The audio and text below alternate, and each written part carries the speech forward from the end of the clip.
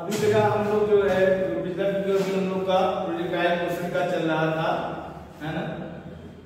प्रक्षेप गति projectile motion में आपको बताया गया था कि ये जो प्रक्षेप गति होती है ना, इसका मतलब क्या था। इसका मतलब ये था कि अगर किसी वस्तु को क्षैतिज और ऊर्ध्व दिशा के बीच किसी कोण पर फेंक दिया जाए तो ऐसी स्थिति में वह गुरुत्वीय त्वरण के अधीन गति करती है और उसका पथ पैरेललाकार होता है। और जब उसका पथ पैरेललाकार होता है ये, तो आपने देखा था कि ये u था और ये उसकी मैक्सिमम हाइट h थी। यहाँ के जो u का जो कंपोनेंट होता था वो आपका ux u cos थीटा होता था, और इधर जो है uy u sin थीटा होता है ना। ये जितनी हाइट कवर कर रही है तो यहाँ से यहाँ तक जाने में t सेकंड लगेगा, तो वापस आने में भी t सेकंड का ही समय होगा। और एक बात कहा था, मैक्सिमम हाइट पर जो है ux होगा और ये uy, तो मैक्सिमम हाइट पर uy जो है वो क्या होगा 0, लेकिन ux 0 नहीं होगा, है ना। ux 0 नहीं होगा बेटा, बस uy 0 यानी ऊर्ध्व घटक 0 होगा, ux 0 नहीं। कहने का मतलब ये जो गुरुत्वीय त्वरण g होता है वह ऊर्ध्व वेग को तो प्रभावित करता है लेकिन क्षैतिज वेग को प्रभावित नहीं करता, है। और हम लोगों ने क्या पढ़ा, हम लोगों ने पढ़ा कि इसका पथ कैसा होता है, प्रक्षेप का पथ कैसा होता है, पैरेलल। फिर हमने पढ़ा था कि यह प्रक्षेप गति करने वाली वस्तु जब गति करती है तो गति के दौरान जितने समय तक हवा में उड़ रही है, गति कर रही है, वह उड्डयन काल फ्लाइट टाइम होता था। और वो जो फ्लाइट टाइम होता है वो capital T = 2u sin theta by g होता है। याद आया? इसमें आप ये भी लिख सकते थे कैपिटल T = 2t, है ना, जिसमें T = आपका होगा u sin theta by g। यहाँ से यहाँ तक जाने में u sin थीटा बाई, और फिर आने में भी उतना ही, तो डबल हो जाएगा 2t, तो आपका ये फार्मूला ठीक है। अब देखिए ये जो हाइट कवर करेगा वो होगा h, और h = u² sin² theta by 2g। ये भी हम लोग डिस्कस कर चुके हैं। इसमें मैक्सिमम हाइट, अधिकतम ऊंचाई के लिए हम लोगों ने क्या कहा था, अगर थीटा हमारा 90 डिग्री होगा तो h जो मैक्सिमम होगा वो होगा u² बाई 2g। ये बात थी बेटा। यही बात परास यहाँ से इस डायरेक्शन में जो रेंज है r, उसकी बात हुई थी, तो r = ux × t होता है, ux × t, जिसमें r ux का मतलब u cos थीटा और t का मतलब होता था 2u sin थीटा बाई, है ना। और जब हम लोग इसको सॉल्व किए थे तो हम लोगों को क्या मिला था, r याद है, तो u × u स्क्वायर और u sin theta cos theta sin 2 theta, यानी तब हमको मिला था r = u square sin 2 theta by g मिला था, है ना। और क्या मिला था, अगर थीटा जो है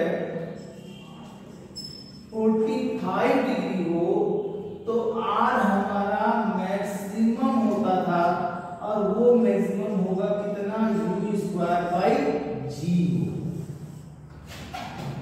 फिर हम लोगों ने रिलेशन देखा था मैक्सिमम हाइट और मैक्सिमम रेंज के बीच क्या अनुपात होगा। तो देखिए एच मैक्सिमम और आर मैक्सिमम का रेशियो।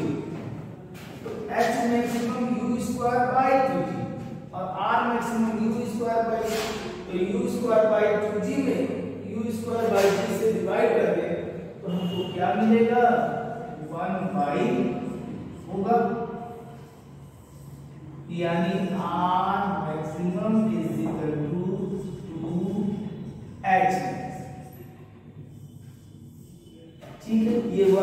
हमने आपसे क्वेश्चन पूछा था कि गेंद को अगर कोई लड़का 36 दिशा में एक्स एक्स की डायरेक्शन में 100 मीटर दूर तक फेंक सकता है, तो उसको ठीक हाइट पर फेंक दे, अधिक से अधिक कितनी ऊंचाई पर फेंकेगा। तो आपने आंसर बताया था आर मैक्सिमम 100 होगा, 100 होगा, तो 2h मैक्सिमम कितना होगा, 100 बाई 50 मीटर होगा। सही है।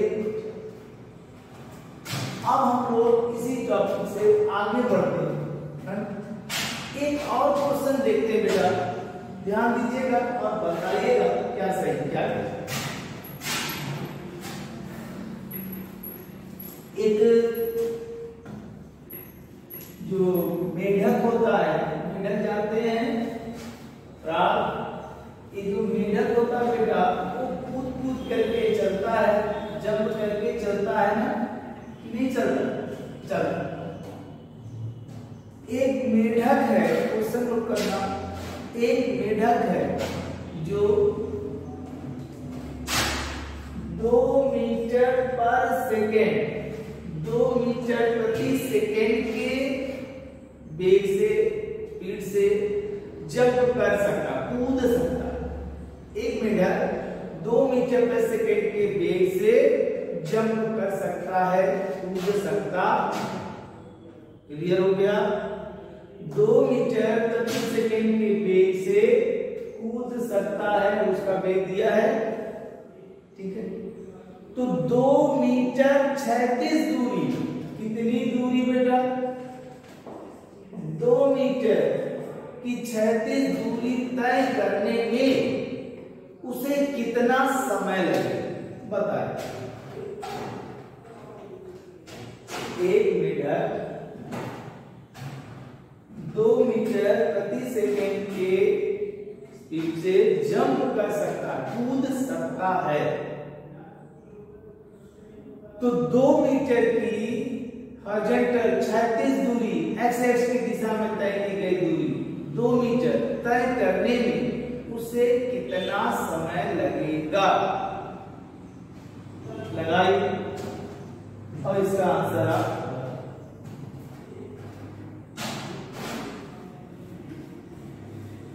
आया, आ जाना चाहिए। तो अगला सिंपल क्वेश्चन है, हम लोग जानते हैं 4 बराबर होता है दूरी बटे समय। 4 दी हुई है 2 मीटर पर सेकेंड और डिस्टेंस 2 मीटर है और टाइम हमको निकालना है, तो नहीं आ जाएगा 2/2 यानी 1 सेकेंड आएगा कि 2 मीटर पर सेकेंड की चाल से चल रहा है, तो 2 मीटर दूरी तय करने में उसे कितना समय लगेगा, 1 सेकेंड। लेकिन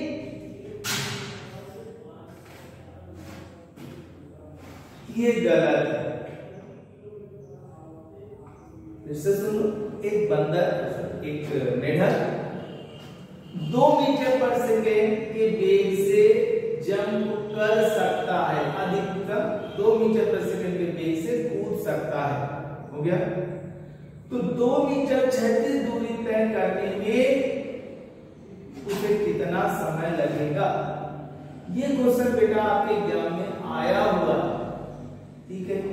तो तुम्हें ये पहले डिसाइड करना था कि जिस गति की बात हो रही है मोशन की, वो स्ट्रेट लाइन मोशन है या प्रोजेक्टाइल मोशन, सर्कुलर मोशन, क्या है पता है।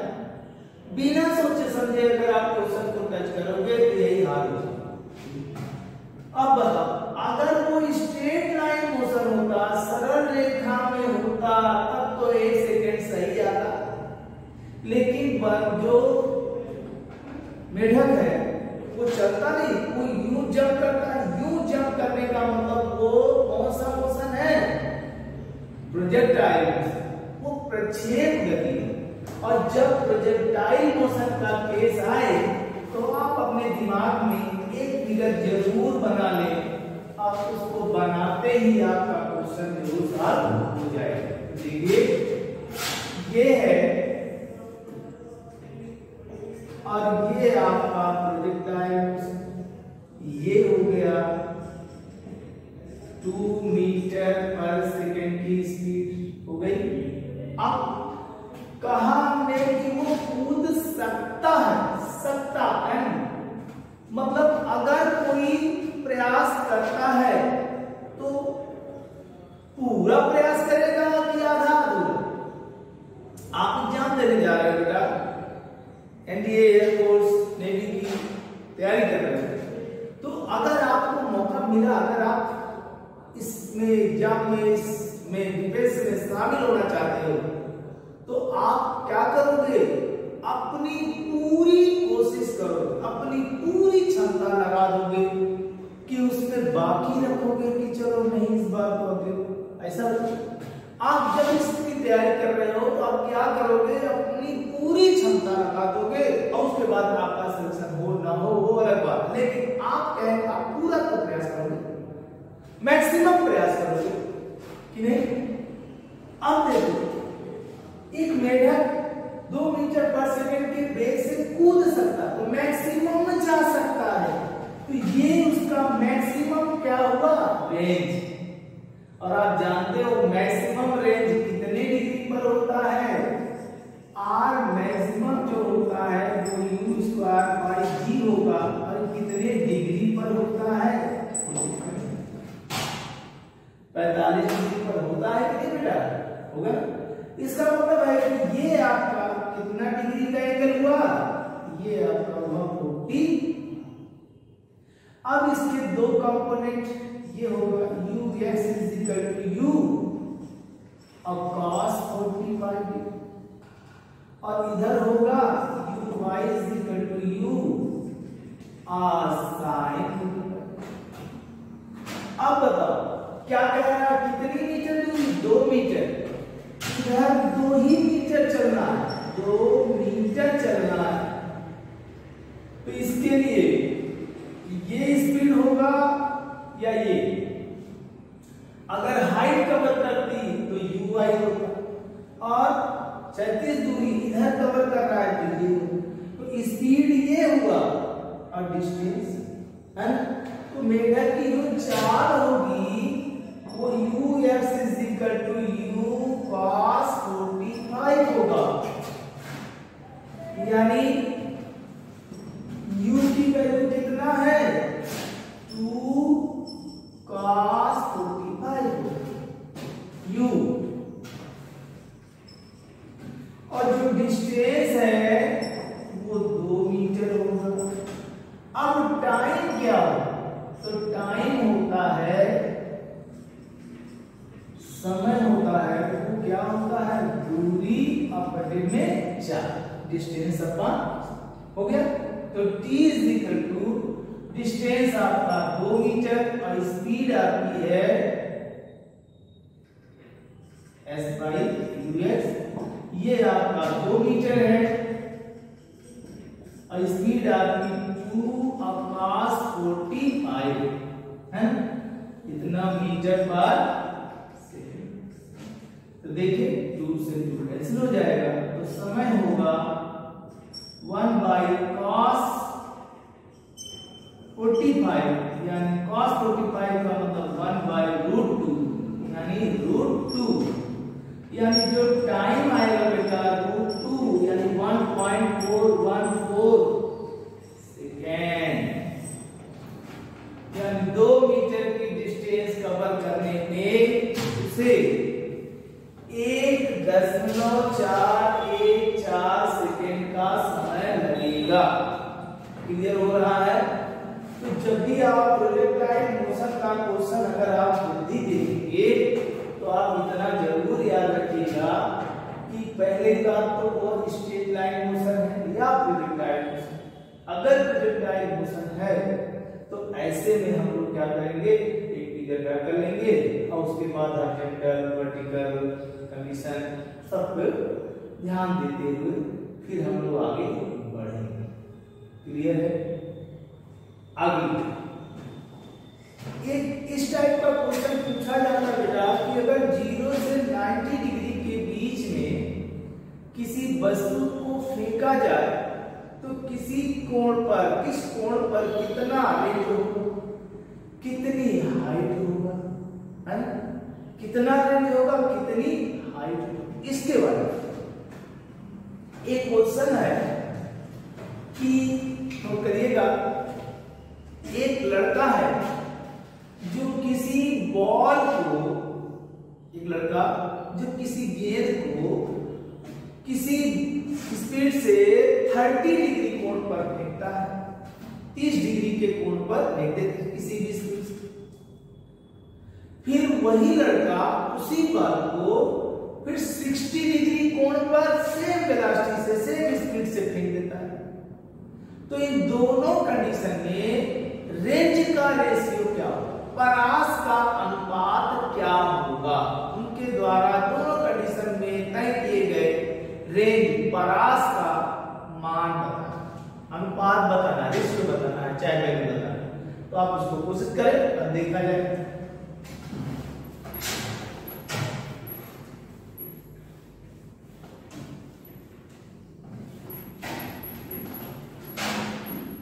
लड़का किसी गेंद को किसी बेग से पहले 30 डिग्री कोण पर फेंकता है और फिर 60 पर फेंकता है और दोनों कंडीशन में रेंज क्या। तो देख, अगर लड़का U बेग से 30 डिग्री कोण पर फेंकता है तो उसका जो रेंज होगा वो कितना होगा, मान लेते हैं R1। ठीक है, तो R1 की वैल्यू क्या होगी भाई, तो देखा जाए R इज इक्वल टू होता है U square sine 2 theta by g, U square sine 2 theta by जी। हो गया। अभी तो इसको हम 1 मान रहे हैं, ये तो फार्मूला है, R1 हम 1 मान रहे हैं पहली स्थिति में, तो R1 ले लीजिए और U स्क्वायर और साइन 2 into 30 बाई जी, यानी R1 is equal to U square sine 60 degree by g. पहला इक्वेशन सही है बेटा। ठीक है, दूसरी कंडीशन देखो, जब लड़का उसी गेंद को 60 डिग्री के कोण पर फेंकेगा सेम वेलोसिटी से, तो R2 क्या होगा, तो U स्क्वायर साइन 2 थीटा, तो 2 into 60 अब बाई जी, यानी R2 is equal to U square sine 120 अब बाई जी। यहां हो रहा है U स्क्वायर साइन 60 बाई जी और यहां हो रहा है U स्क्वायर साइन 120 बाई जी। हो गया। ठीक है, अब हम लोग क्या करेंगे, अगर 30 डिग्री पर फेंक रहा है तो R1 ये होगा और 60 डिग्री पर फेंक रहा है तो ये होगा। अब दोनों की वैल्यू हम क्या करें, निकाल लिए।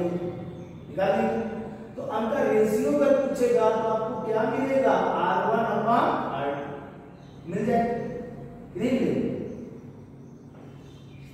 चल साइन 120 और ये साइन 60, तो पहले साइन 120 को तोड़ के छोटा करके देख लेते हैं क्या होता है। अब देखिए, अब आपका होगा बेटा R2 is equal to U square sine 120 है तो आप इसको क्या लिख सकते हो, साइन 90 डिग्री हो गया और साइन 90 प्लस 30, तो साइन 90 प्लस 30 यानी 120 सही है ना, और साइन थीटा क्या होगा? तब होगा sin 90 प्लस थीटा यानी cos थीटा। अब बाई यहाँ r1 u square sin 60 by जी और यहाँ r2 u square cos 30 by g आया। इनका रेशियो क्या होगा? तो r1 by r2 r1 upon r2 तो u square by G cancel हो जाएगा। तो sin 60 बाई cos, जानते हो ना साइन और cos का क्या होता है? साइन और cos में उल्टा चलता है। साइन 0 और साइन 90, साइन 90 का मान 1 और साइन 0 का मान 0, लेकिन cos में cos 0 का 1 और 90 का 0 जस्ट होता है। तो 30 का 60 और 60 का 30 यानी जो साइन 60 की वैल्यू होगी और वही cos 30 की भी वैल्यू होगी कि नहीं होगी? तो कितना कितना होगा बेटा? r1 upon r2 is equal to √3/2 तो सब कैंसिल हो जाएंगे। तो 1 यानी r1 is equal to r2 या लिख सकते हो r1 upon r2 is equal to या r1 raise to r2 is equal to 1 raise to 1। Clear हुआ? यानी गेंद को चाहे 30 डिग्री पर फेंका जाए और चाहे 60 डिग्री पर फेंका जाए, 30 पर फेंको या 60 पर फेंको, 30 पर फेंको या 60 पर फेंको, तो ऐसे में उनके रेंजों में परासों में कोई अंतर नहीं आएगा। ठीक, तो इसका मतलब ये हुआ कि बेटा 30 और 60 पर फेंकेंगे तो कोई अंतर नहीं है। अच्छा, अगर एक को 15 डिग्री पर फेंका जाए और दूसरे को 75, तब क्या होगा? तब परासों में रेशियो क्या होगा? तो आप दोबारा निकालो, कोई जरूरत नहीं। देखो यहां पर था 30 और 60, तो देखिए 30 और 60 मिलाकर कितना हुआ? 90। अगर दोनों कोण मिलाकर 90 डिग्री हो तो उनके रेंज समान, 15 डिग्री और 75 डिग्री है, ये भी तो बेटा 90 हो रहा है, यानी इनमें भी,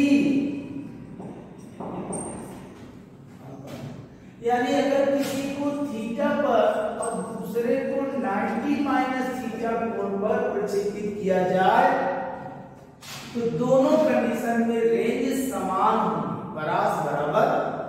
क्लियर हुआ? क्या हाइट भी बराबर होगा?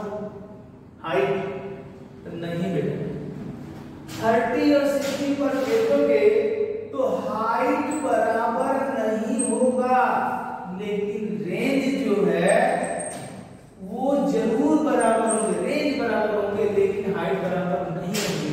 तो ये केस जरूर याद रखिएगा, अगर दोनों कोण मिलाकर 90 डिग्री के बराबर हो तो परास बराबर है ना, क्योंकि आप 30, 60, 45, 90 की वैल्यू जानते हैं, लेकिन कभी कभी कुछ ऐसे नंबर दे देगा, जैसे मान लीजिए ये दे दिया आपका 27 और 63, एक को 27 डिग्री पर फेंक रहा है और दूसरे को 63 डिग्री पर, तो अगर आप निकालने का प्रयास करोगे क्वेश्चन फर्स्ट सेकंड से तो मैथ्स के आप अच्छे जानकार हो बेटा, मैं नहीं कह रहा हूं, आप बहुत अच्छा है, मैथ आपकी बहुत अच्छी है, तो ऐसा कुछ भी संभव नहीं है, सॉल्व करोगे तो आएगा ही, लेकिन यहाँ सिर्फ सॉल्व नहीं करना है, आपको ये भी देखना है, आपको टाइम भी बचाना है, बिना सॉल्व किए अगर आ जाए तो ज्यादा अच्छा होगा ना। ठीक, किसी भी तरीके से आपको अपने एग्जाम में सफल होना है, वहां ये नहीं दिखाना है कि हम कितने अच्छे, हमारी राइटिंग है कितनी अच्छी, हमारे स्पीड है लिखने की, वो नहीं, आप कितने जल्दी से जल्दी सॉल्व करके आंसर दे सकते हैं। तो आप ध्यान दोगे तुरंत, अगर इन दोनों को देखोगे तो कितना हुआ? 90 हुआ, इसका मतलब दोनों के रेंज सेम है, लेकिन हाइट सेम। क्लियर? अगर कह दिया हाइट और रेंज सेम होना है तो तब क्या करेंगे, दो समीकरण बनाएंगे, एक रेंज का और एक हाइट का। अब दोनों इक्वेशन को सॉल्व करके आज और आगे की वैल्यू जो भी होगा उसको हम लोग निकाल सकते। ठीक है। एक और बात अगर आप से कभी इस टाइप से क्वेश्चन पूछा जाता है, वो है आगे, लेकिन चूंकि जब पढ़ा ही नहीं तो वहां पर हमको ये बात बतानी जरूरी होगी कि अगर क्वेश्चन ये पूछता है, पूछा गया था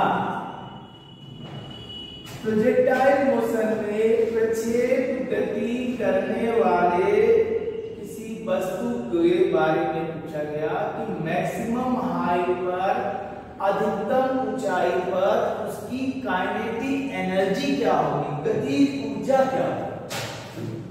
प्रक्षेप गति के अधिकतम ऊंचाई पर यानी यहां पर काइनेटिक एनर्जी क्या होगी, के